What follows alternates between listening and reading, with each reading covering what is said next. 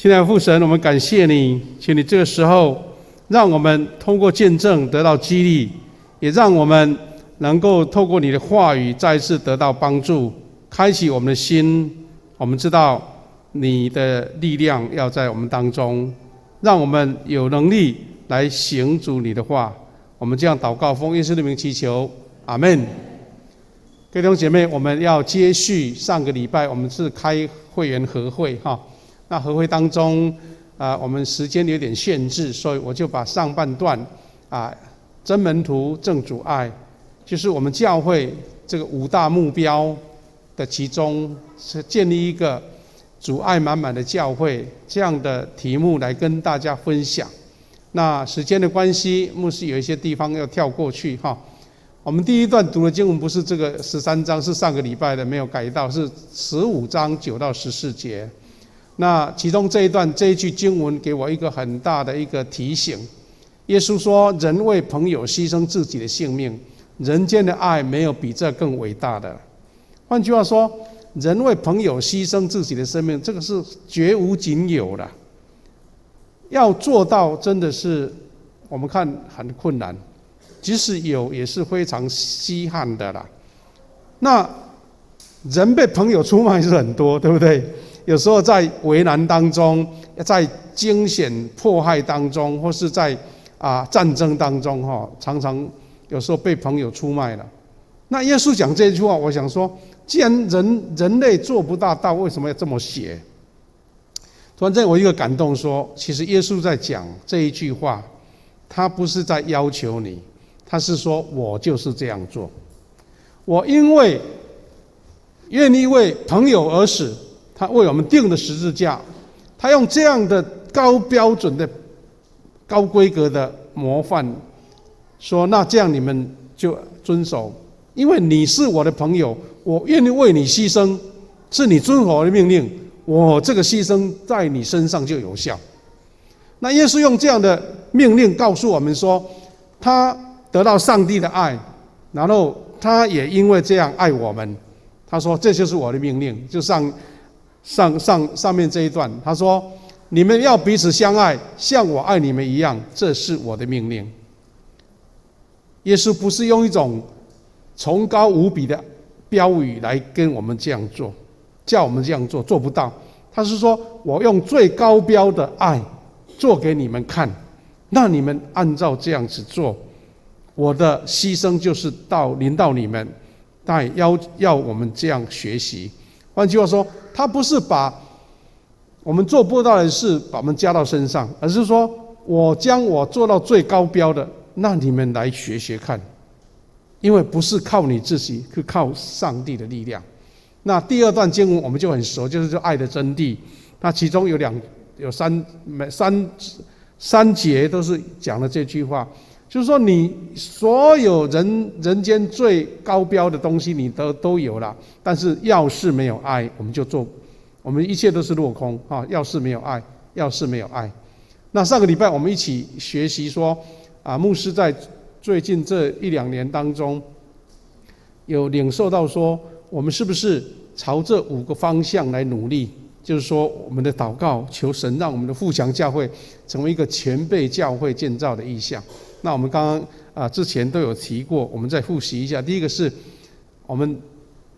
祷告上帝的教会是永生上帝的家，真理的柱石。我们一起来同心追求圣经的真理。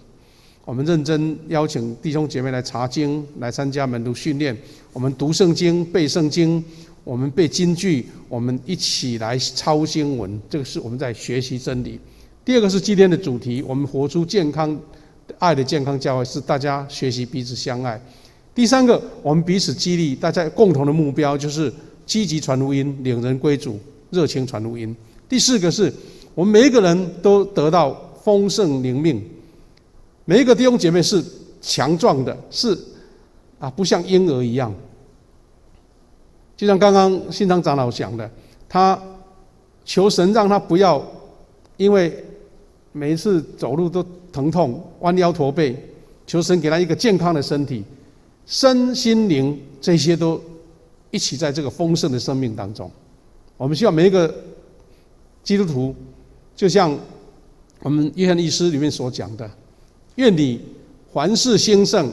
身体健壮，就如你的灵命兴盛一样。3种祝福都在身上。第5个就是我们希望一代一代门徒都传承。换句话说，我们期待每一个弟兄姐妹，我在教会里面不是说什么我都懂了啊，这个我都知道了，牧师讲的我都听过了，或者圣经我都读过了，不是这种心态，而是一直保持一种谦虚的心，说每一天我都要多学习一点。在教会里面，无论是服事的项目，无论是关怀的项目，无论是圣经的项目，我都想要多得到一些。那种虚怀若谷，需要神的这个恩典的光照，神的恩典的注入，我们都一直在学习。这个叫门徒训练，而且是代代门徒。第一代的门徒传承给下一代，那每一代都有这样的领袖来接班，来带领教会走前面的道路。那上个礼拜我们已经把这些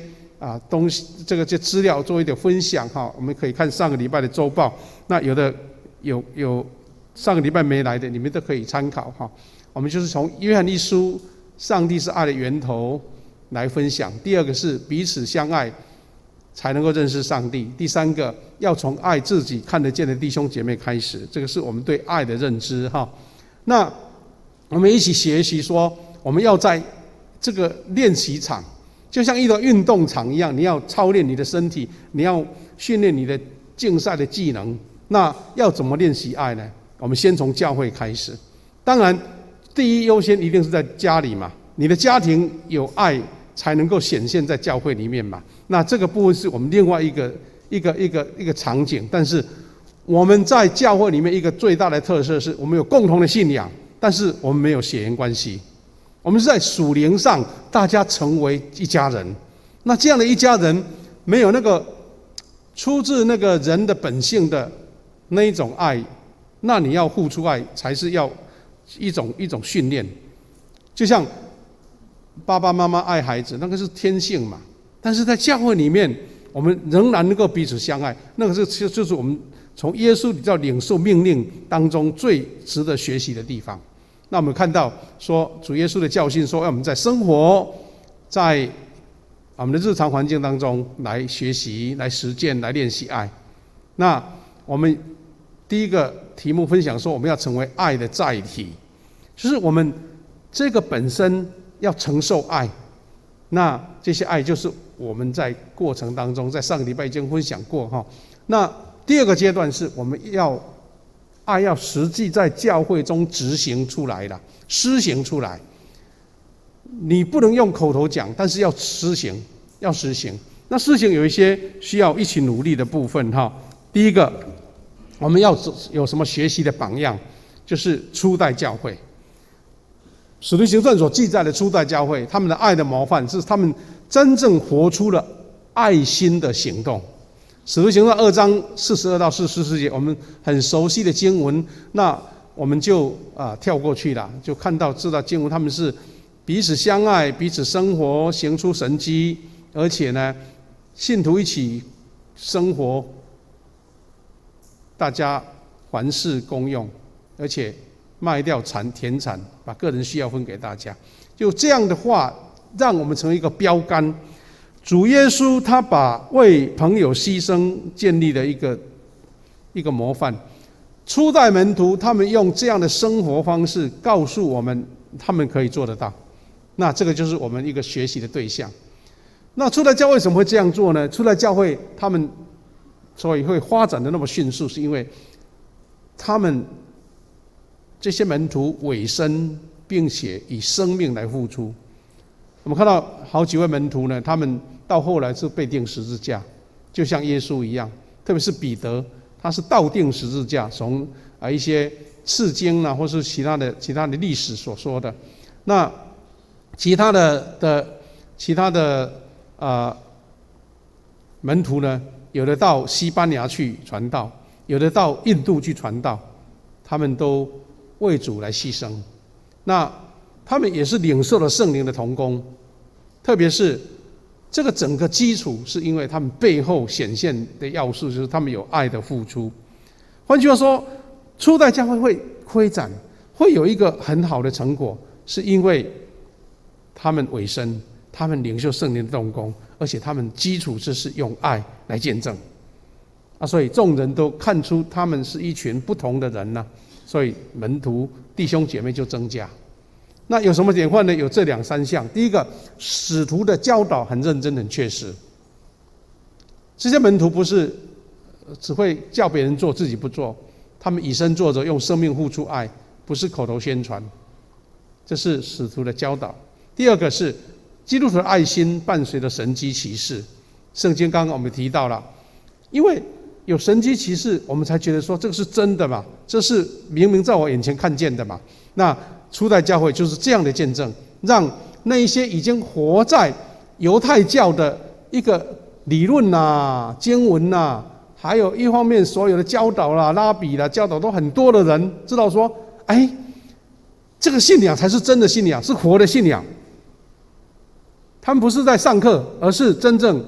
看见耶稣基督的恩典。那这个是当初的教会不一样的地方，因为他们那个时候整个都是在信仰上帝的背景不像我们这边是异教徒他们那边是这样子，但是竟然能够吸引那么多人，表示说那些旧的传统的信仰已经僵化了。那些基督徒用爱、神迹来见证这个信仰是又活又真的。第三个，他们还订立了制度，我们都很理解。司提反这位第一位殉道者，就是与其他执事一起领受这个职分，专门照顾那些孤儿、那些寡妇、那些外邦人从外国来的这些妇女，那就是在《使徒行传》这边所记载的。好，第二个部分，我们说有见证、有模范嘛，那我们就要在教会中来实行、来操练。第一个，爱的行动跟实践，我们要常常提醒。要常常招呼，当然不可少的是说，我们常常宣导，我们常常宣告，就好像说我们教会有什么规矩，教会有什么样的要求，我们就常常讲。教会需要弟兄姐妹大家参加聚会，我们要常常讲；教会要大家参加小组，我们也常常讲，因为一直宣导，一直提醒，所以放在教会日常会友当中互动中成为标语，常常提醒。我在以前听过一位韩国的牧师，他是叫申成南牧师，他在见证他开拓一间教会的时候，刚开始没多少人，他们定了一个标语，就是说唯独爱，而且这个唯独爱就是好几年都一直用这个字。他认为说，我现在教会说要吸引人来，你不是有一间那么漂亮的会堂因为他们刚开拓嘛。他也觉得说，我们人少我们怎么唱出那个那么漂亮的这个圣诗般的诗歌也不行什么样都不行。但是他们认为先推动大家都有爱，所以他们就用标语来这样子。我们教会在这几年，牧师也用这个比较熟悉的话语跟大家，希望我们互相教会成一个特色跟标杆，就是口甜、脸甜、心甜。那这也是一个非常棒的标语，一讲就知道了，因为这个是最实际的。我们基督徒不只是大家在来教会的时候看到你愁眉苦脸的，看到你很落寞，但是我们用温柔的嘴巴的话，还有那个脸的笑容来迎接，而且从心里面实际的关怀，这个就是实际。我们还不是进入到内心深处的时候，好像第一个见面礼的样子，好像第一个门面，你的名牌。你的名片，互相教会的弟兄姐妹就是这样的。所以，尤其我们在第一场跟第二场在交流的时候，你可能不认识这位老姐妹、这位老弟兄，但是你说平安、喜乐、关心、祝福，哇，这样的心中的话，就产生一种非常爱的交流。那这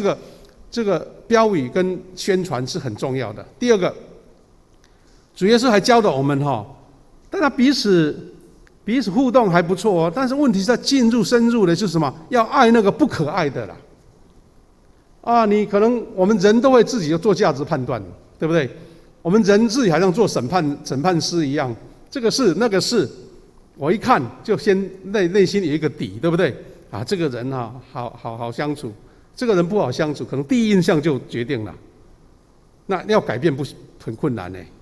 但耶稣说你要先这样子，先不要做自我判断。当你自我判断说这个是不可爱的，那这个人就是你要爱的，因为我爱我喜欢的，那有什么困难啊？对不对？所以耶稣知道人的本性弱点会自我判断，但是他叫你去自我判断之后，耶稣一个命令给你，这个不可爱的就是你要爱的。那这个才是耶稣说我为朋友牺牲生命，那个课题才开始来，对不对？所以圣经马太福音5章43到44还有47节，他这样说：你们有听过这样的教训说，爱你的朋友，恨你的仇敌。这些话是什么？这是社会的一个通例嘛。谁爱我就爱他，谁对我不利，我就要跟他敌对嘛。但是耶稣说，但是我告诉你们，要爱你们的仇敌，并且为迫害你们的人祷告。我相信这句话跟耶稣说我为朋友牺牲生命，真的很少人做得到了。那耶稣不是讲把这个重担放在你身上，他是告诉你说，爱的极致就是这样子。所以你不要自己自夸自满，说我有多少爱，你达不到这个，你就是要谦卑学习，你就要一直往爱的方向努力去学。他47节用一个假设，他说：假如你们只向朋友打招呼，那有什么了不起呢？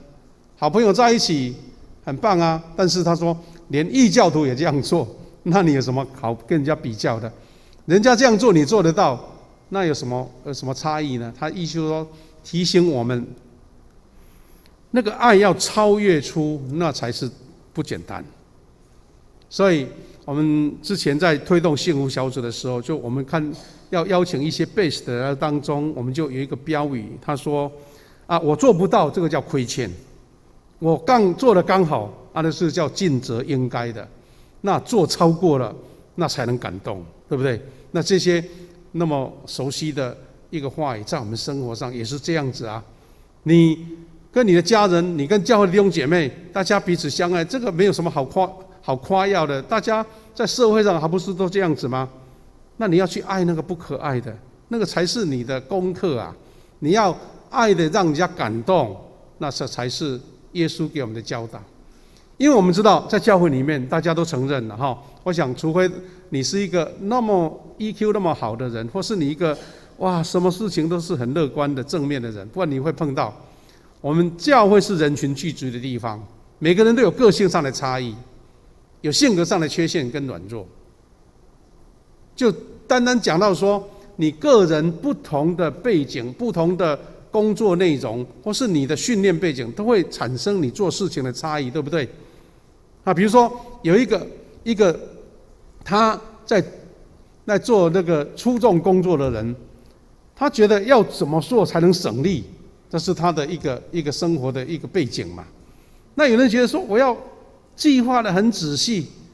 要一点一滴都写好，有 SOP 我才能做。那碰到一个做的西这样的人，一定会有产生意见不同嘛。那你的生活背景，你是做办公桌的，你是在教书的，跟一位那平常在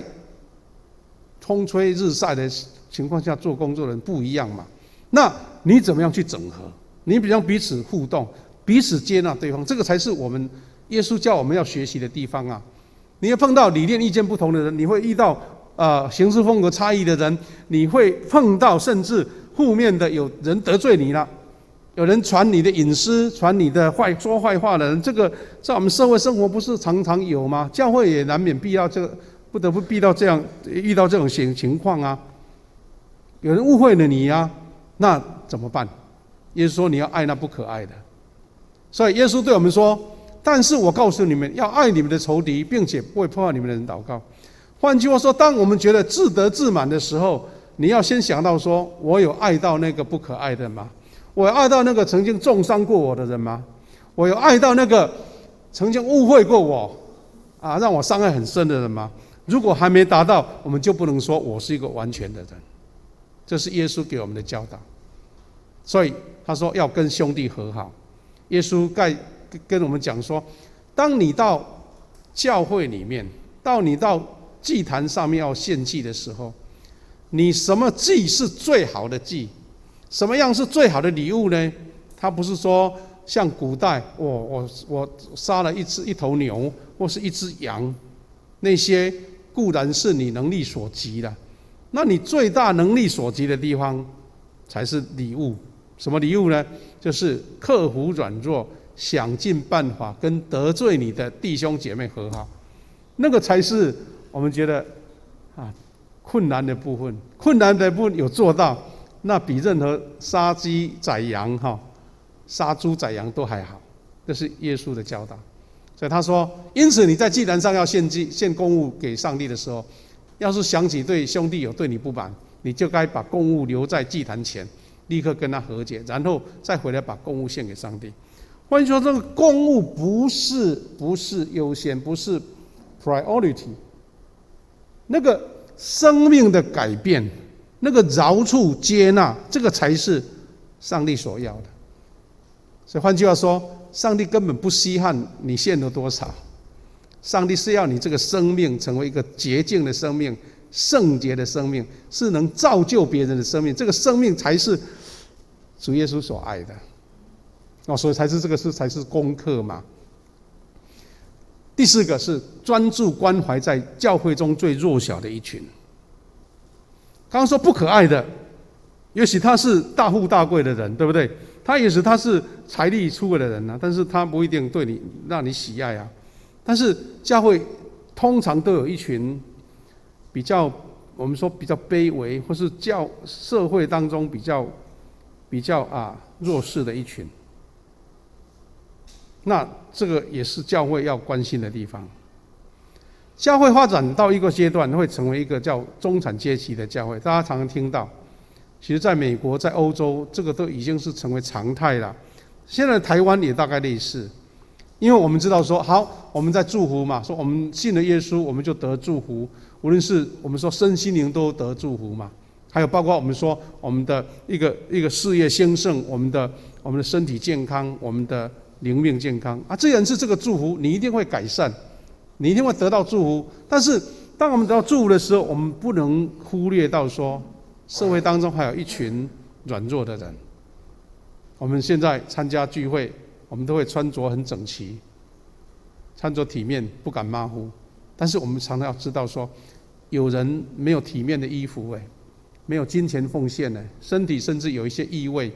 不敢踏入教会。这一群人反倒是我们要去关怀的部分。教会如果是一个组织健全的，他要去注意到，也许要用一种比较特殊的方式去规划运作，让这些肢体也觉得我是有尊严的，我是被接纳的，我是被肯定的，在弟兄姐妹当中，我同样被神所爱。当然这个要有一点技巧，不是说公开讲，反倒让他有一点难堪的。所以我们教会呢台湾有一个教会，有一个组织它叫做街友中心。这个组织呢，它专门是一个叫李正荣牧师他所创立的，全台湾都有，叫做恩友中心。后来他也甚至把它称为叫恩友教会。他在全台湾各地都设立，特别是在冬天的时候，很多街友他没有一顿好吃的可以吃，一顿热的可以吃，所以他就在各地都设立。听说有一段时间因为设立太多这个管理的不怎么好，有一点落惨了，所以这个李正荣牧师呢就又把它缩小，把它有一些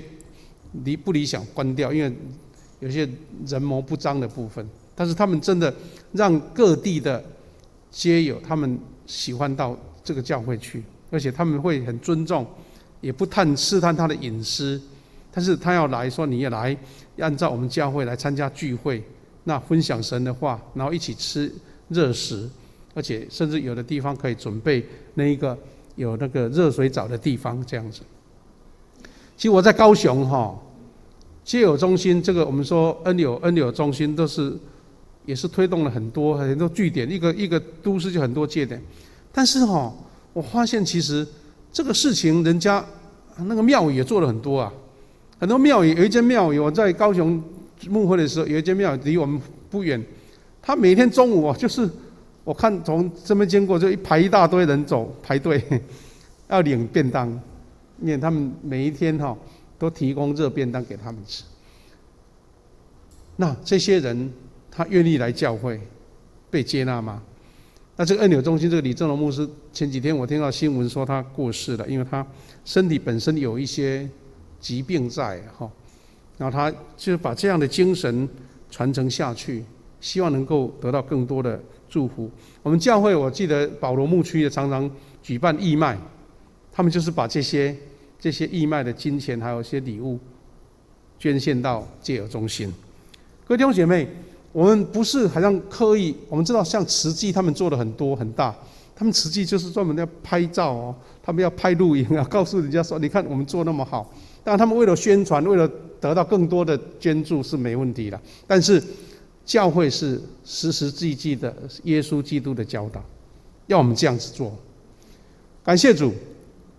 我们刚刚讲的前提是说，我已具备这个能力了，我能做，那个不是这种态度，而是看到耶稣这样命令我们，我们就跟神说：神啊，我们真的有一点难度我自己做不完美了，求你赦免我。我们是用这种态度去做，你懂我意思吗？不是说哇，我能力都具备了，所以我能爱，口头上一直讲，而是说神啊，求你怜悯。我们的新圣诗有，我们如果唱过圣诗，知道说圣诗它在一般的圣诗的号码，那个是一首诗，然后 V 它有这个 V 的部分，它就一段文字，有的是祷告词，有的是一首诗，然后349首的祈祷文里面有一段这样的话，他说：求你垂听我们的忏悔。一个诗人写的祷告词，他说：恩典的主，求你垂听我们的忏悔。我们时常趋炎附势，看轻微小弱势者。我们常替富人因为富那个富不对，丰富的富了不是富人富人锦上添花也不错了，是富有的富了我们常替富人锦上添花，却忽略对贫困者雪中送炭。我们让饥饿者空手而归，却只顾自己的需要。主啊，求你用你的怜悯教导我们，并帮助我们能够怜悯他人。这是圣诗里面的一句祷告词，这个还有一段但是牧师把它截起来各位弟兄姐妹，这是我们常常要祷告的，因为我们真的觉得我们做不到，我们有时候能力不能完全施展出来。我在高雄牧会的时候呢，有一天接到台北的韩国代表处，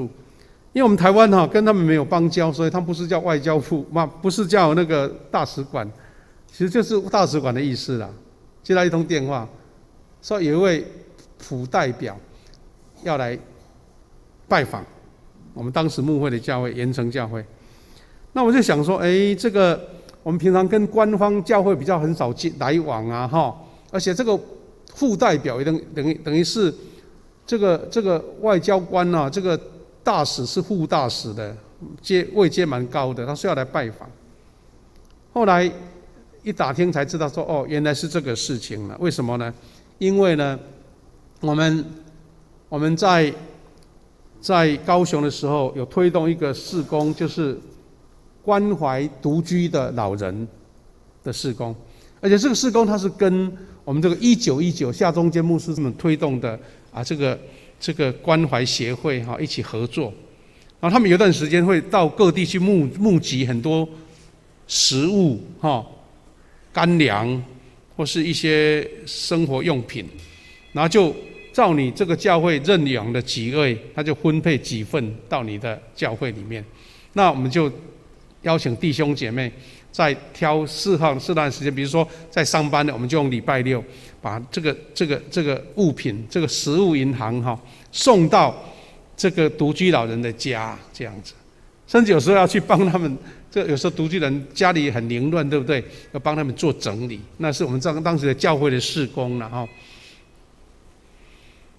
那有一次呢，有人介绍，因为我们都要去里长那边，要去那个社区询问看有没有这样的人，因为区公所里面的社会处会有这样的名单，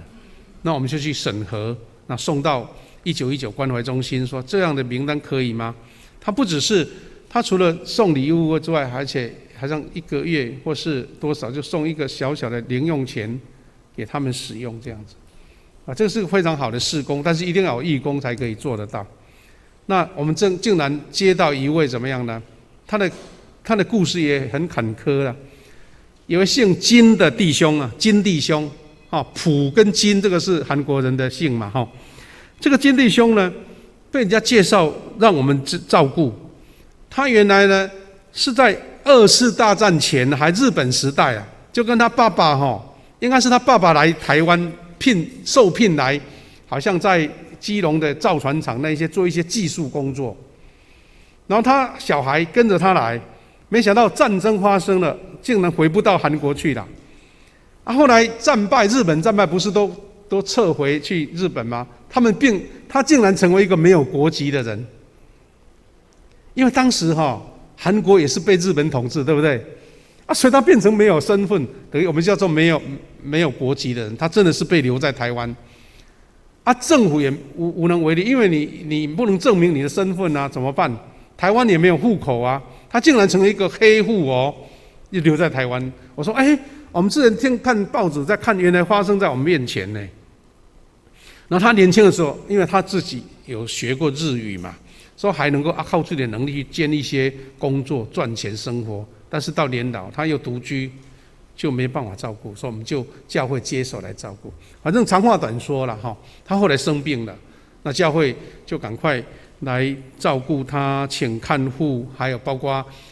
请社会处来资助一些金钱。那后来就是身体就越来越退化，就过世了。教会还为他举行丧礼。所有的后事都完全被他办理，而且那个时候我们在高雄盐埕教有墓园呐，就捐一个墓位给他放他的骨灰。好，事情就完毕了就接到韩国代表处打电话，原来他们也知道有这个人呐，但他们实际上官方一定要有这根据才可以帮助他所以看到我们教会来帮助他，就特别代表还有1、2位职员一起来感谢。我印象好像他们来送那个韩国人参茶给我们教会这样子，那我们就心里面觉得有点感动，说我们爱这个不可爱的，或是爱一个弱势者，那感到心中很安慰。各位弟兄姐妹，教会就是要这样的团体。我们有时候靠一个人的力量不够，我们就是学习怎么组织，怎么样的推动，让这个爱能够显露出来最后一个是我们要让教会的爱能够好像累积越多而更多了，因为主耶稣新的诫命，我们有时候会读新的诫命嘛，对不对？是律法跟先知一切道理的总纲。那这段话就是我们常常在读新的诫命，牧师经文就不再重复了，要尽心尽性尽力爱主你的上帝。那我们可以说，从耶稣的教导就是一个爱的总纲，这个是台语的就是我们在生活中要用爱来呈现怜悯弱小、赦免人、和解接纳，用爱心说诚实话，这些都包含在这个叫总纲里面。或者说我们从本身做起，从爱的实现，让爱多而更多，成为我们教会的一个反正有讲没有讲都要做的事。各位弟兄姐妹，所以我做一个小见证来做结束今年呢，我们在迎接那个马雅各医师，第一个到台湾来宣教的马雅各医师，他已经过世100周年。等一下我会一个简短的影片跟各位推广说，希望大家能够在这个礼拜参加一些纪念活动了等一下会有一些文字跟各位分享。那我要介绍的是说，这个爱的实施真的让人家很感动。有一位叫做蓝屿之父的纪守长神父，他在1919年出生了然后在年轻的时候就被瑞士的一个宣教组织叫白冷会，白冷会是天主教的翻译名词，其实就是我们台湾的，我们这个基督教的伯利恒啦伯利恒他们叫白冷，还翻译的很直接Bethlehem 他就白冷来台湾宣教他们来台湾宣教就直接被派到台东去了这个神父呢很早哦，1954年就来台湾，在台东鹿野做了半年之后，在当年的7月就到兰屿去担任这个兰屿这个达悟族的这个牧养者啊，所以后来为什么会被称兰屿之父呢？是因为这位纪守常神父是真的是融入到他们的生活当中。你知道60多年前那个兰屿真的，我们可以说完全没有开发像现在那么观光那种热络的地方居民都是男生都穿那个丁字裤那一种的，就很原始的社会，他就在那边。你看他戴的那个头盔，就是他们的这个战盔啊，他们就跟他们一起生活在一起。那个时候呢，有一家电影公司啊，特别因为他这个兰屿的习俗，他们的木板舟嘛，还有他们穿那个丁字裤很特殊嘛，所以那个时候就拍电影，就请这个神父当他的身份，他就当神父。拍一个电影，但听说后来这个神父觉得有一点觉得不喜欢呢，说你们好像故意骗我们来拍这个影片，要给我们什么多少费用其实是有一点类似好像被骗的感觉，他有点不喜欢。不过他就说当时为了要多做一点收入来帮助兰屿的弟兄姐妹，所以就拍了这个是一个影片一个电影的一个场景就对了哈。甚至他呢，在当地这个是东清海星圣母堂，他们是天主教的嘛盖的礼拜堂都很有特色他为了维护达悟族的权利，当时是戒严时代，哇，但是他胆子很大，他就常常为了原住民的权利，跟那个当时的驻警大打出手，反正就跟他们争取，因为他们可能当时还有一些歧视对这些原住民。那他爱达悟人到什么程度呢？他的宿舍呢，就是没有门禁的啦。他说他有一句话说：“能给的全都给了，不该给的也常不见。”因为这些弟兄姐妹进出好像自己的家一样。他是这样的实际爱他们。那他为什么会被称为兰屿之父呢？因为他是第一个到兰屿宣教的一个神父那发生事情是这样子：1970年3月10号，这位神父呢带了2个兰屿的小女孩，准备送他们到西部，可能介绍一个工作给他们工作，而是陪伴他们去就业。那为了节省钱，他们搭夜车从台东一直到高雄，一清晨都没有休息刚好搭了一台嘉义来的，从嘉义也是彻夜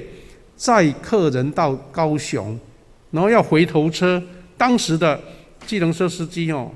很想多赚一点嘛，他就说你要不要搭回头车便宜一点？那没想到为了便宜一点，就搭上了这辆计程车。那这样其实一直开，从高雄开到我们台南。当时的台南的道路不是很宽通常都有两边都有那个樟树啦，要不然就是芒果树，有没有？树干很粗，但还没有改建的时候这样子。那位计程车司机就硬撑，到时候打瞌睡了，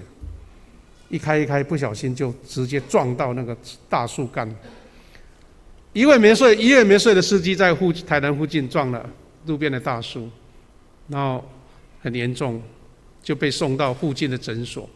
那诊所有没有什么好的设备？也许他真的撞得很严重，那个时候也没有很少人在绑那个什么安全带，对不对？所以就在这边过世了，那个时候才50岁。所以当时的达悟族的弟兄姐妹非常的伤心，就把他尊称为兰屿之父。后来他的遗体就被安葬在台东的海岸山脉一间教会，应该是叫小马天主堂吧，在那边有一个墓园，就是专门在安葬这些神父的墓就在那边。我在讲这些故事是说，很多神的仆人或是基督徒，他们就是为了实践上帝爱人的，爱那不可爱的，爱那跟我没关系的，那个爱真的是实践出来。我们的马雅各医师在150多年前来到台湾，在台湾这个土地爱了很多，当时我们所说的希腊雅族都在山区，他要走路走很远去为他们治病，所以当时木栅教会啦、冈林教会啦，或是甚至到屏东的离港，这些是他们医治病人的地方。他们用这种爱来拯救很多的灵魂。弟兄姐妹，我们一起学习这样的爱，让我们的教会